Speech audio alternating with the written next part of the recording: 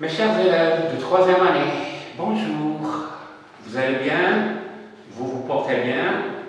Eh bien, Dieu merci. Alors, aujourd'hui, on va filmer pour vous une leçon de l'oral sur l'unité 10 et cette unité qui a pour titre Héros à quatre pattes. Mais avant, je vais vous donner le programme sur lequel nous allons travailler pendant cette semaine. Alors, aujourd'hui, par exemple, nous sommes le lundi. On va faire l'oral et la lecture. Alors, l'oral, vous avez le titre Héros à quatre pattes, unité 10, et la lecture ensuite, la page 162.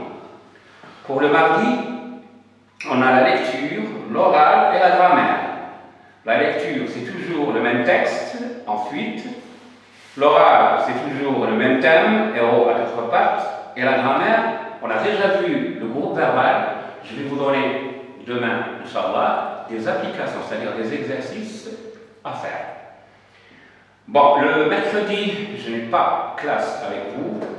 On passe pour le jeudi. Pour le jeudi, on a l'oral, héros à quatre pattes, lexique, les préfixes et les suffixes. La poésie, M. Mimouni vous a déjà recommandé d'écrire à Paris un petit poème et de dessiner le calligramme qui est à côté du poème. J'espère que vous l'avez déjà fait, mais on va refaire bien sûr cette petite leçon. Et la lecture, toujours le même texte, ensuite la page 162. Enfin, pour le vendredi, on a la conjugaison, l'orthographe ou la dictée, en alternance, bien sûr, l'orthographe ou la dictée, et la production écrite. Alors, la conjugaison, on a les trois temps simples. Faites très attention, les leçons de conjugaison deviennent de plus en plus difficiles. Les trois temps simples. Pour l'orthographe, on a le son YE, le son YE, la page 160. Et enfin, pour la production écrite, pour couronner tout notre travail, on va essayer d'écrire un épisode, c'est-à-dire une petite partie d'un conte, d'une petite histoire. Voilà donc un petit aperçu sur la planification hebdomadaire de notre travail pour cette semaine. Alors, on commence donc par, comme d'habitude, par l'observation du poster. Vous l'avez bien sûr sur votre livre. Prenez donc votre livre et observez, donnez un peu de temps à l'observation pour les photos A, la photo B, la photo A, la photo B et la photo C.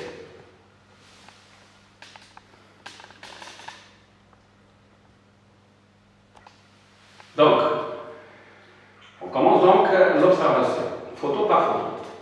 On commence par la photo A. Vous voyez les personnages. Quels sont les personnages que vous voyez sur la photo A? On voit une femme avec une canne blanche. Vous l'avez remarqué, une canne blanche. Et avec un chien. Ce chien, la femme le tient avec une laisse. Donc, à la main gauche, elle a une canne blanche. À la main droite, elle tient son chien par une laisse. À votre avis, ces deux personnages, où sont-ils? Je demande le lieu. Alors, regardez autour de la femme et de son chien, et vous allez deviner qu'ils sont tous les deux dans la rue, dans le boulevard. Maintenant, photo A, voilà, il y a un chien, il y a une femme aveugle, on va voir après, dans le dialogue, dans la rue. Je parle ici du lieu. On passe à la photo B. Vous connaissez cet animal, je crois, c'est un chat. Et je sais que c'est un chat. Est-ce que c'est un chat normal? Est-ce que c'est un chat réel? Non, bien sûr. Pourquoi? D'abord parce qu'il porte des bottes. On n'a jamais vu un chat porter des bottes, n'est-ce pas, mes élèves? Ensuite, regardez son nez, regardez sa gueule. Il est très heureux, il ouvre de joie, il ouvre ses bras et il est très, très, très joyeux. Est-ce que vous connaissez cet animal?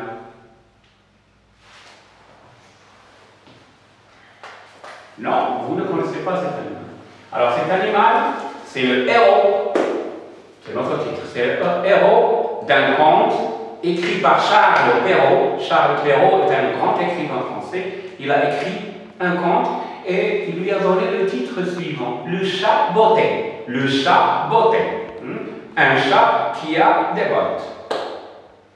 À la fin de la séance, je vais vous proposer de faire une petite recherche sur ce conte, le chat botté bien sûr, mais pour l'instant on passe vite à la photo C. Mais avant, j'ai donc écrit pour la photo B un chat avec des bottes. Il est heureux. On va voir pourquoi il est heureux. La photo C représente des insectes. Vous connaissez ces insectes qui travaillent jour et nuit, qui ne s'arrêtent jamais, qui ne se fatiguent jamais. Bien sûr, ce sont les fourmis. Regardez ce que chaque fourmi transporte. Des morceaux de feuilles, d'arbres. Vous voyez? Et bien sûr, est-ce que vous connaissez le poids d'une petite fourmi? Non. Eh bien, une fourmi peut peser peut-être 1 gramme. 1 gramme, d'accord? Alors, elle, ce petit insecte qui pèse 1 gramme, peut transporter une charge, un poids, 10 fois plus que son poids. C'est-à-dire 1 gramme, la fourmi pèse 1 gramme, elle peut transporter quelque chose de 10 grammes, ce qui est impossible pour nous, les humains. Donc nous avons dit que ces fourmis travaillent, voilà, des fourmis qui travaillent dans la nature. Maintenant, je vais vous lire, je vais vous présenter le dialogue, d'accord? On va le photographier et vous l'envoyer pour que vous puissiez le mémoriser et le jouer avec vos parents, vos soeurs, vos frères, etc. Bien. Voici donc le dialogue. Théo qui montre la photo A. Donc il va parler de la photo A. Dis mamie, elle est aveugle cette femme, on dirait. Dis mamie, elle est aveugle cette femme, on dirait. La mamie, c'est-à-dire la grand-maman de Théo, c'est Julie. Qu'est-ce qu'elle va répondre? Oui, elle est non-voyante. Oui, elle est non-voyante et c'est son chien qui la guide et la protège. Et c'est son chien qui la guide et la protège. Théo, est-ce que tous les chiens peuvent faire ça? Est-ce que tous les chiens peuvent faire ça? Julie, non, seulement ceux qui ont été dressés par des maîtres chiens. Théo, montrons la photo B. Cette photo me dit quelque chose. C'est un autre ami fidèle de l'homme. Attention, regardez et remarquez comment je prononce chaque réplique. Je m'arrête, il y a un instant d'hésitation, une petite pause, d'accord? Cette photo me dit quelque chose. C'est un autre ami fidèle de l'homme. Julie, oui, c'est le personnage d'un conte célèbre. Théo, ah oui, je m'en souviens, c'est le chat botté. Théo, Julie, lui-même, celui qui a aidé son maître à faire fortune. Théo, ah, je voudrais bien en avoir un pareil. Julie, faut pas rêver, mon petit Théo, ce n'est qu'un animal imaginé. Théo, tu as raison, pour réussir dans la vie, il faut travailler dur. Julie, montrant du doigt la dernière photo, oui, comme ces fourmis, infatigables. Voilà donc le dialogue. Et comme je vous ai donné dans la planification hebdomadaire, nous allons travailler 15 jours, c'est-à-dire 2 semaines sur ce dialogue, le décortiquer, le mémoriser, le répéter, le jouer, etc. Comme nous avons l'habitude de faire dans la classe. Voilà. Merci de votre attention, mes chers enfants, et à bientôt.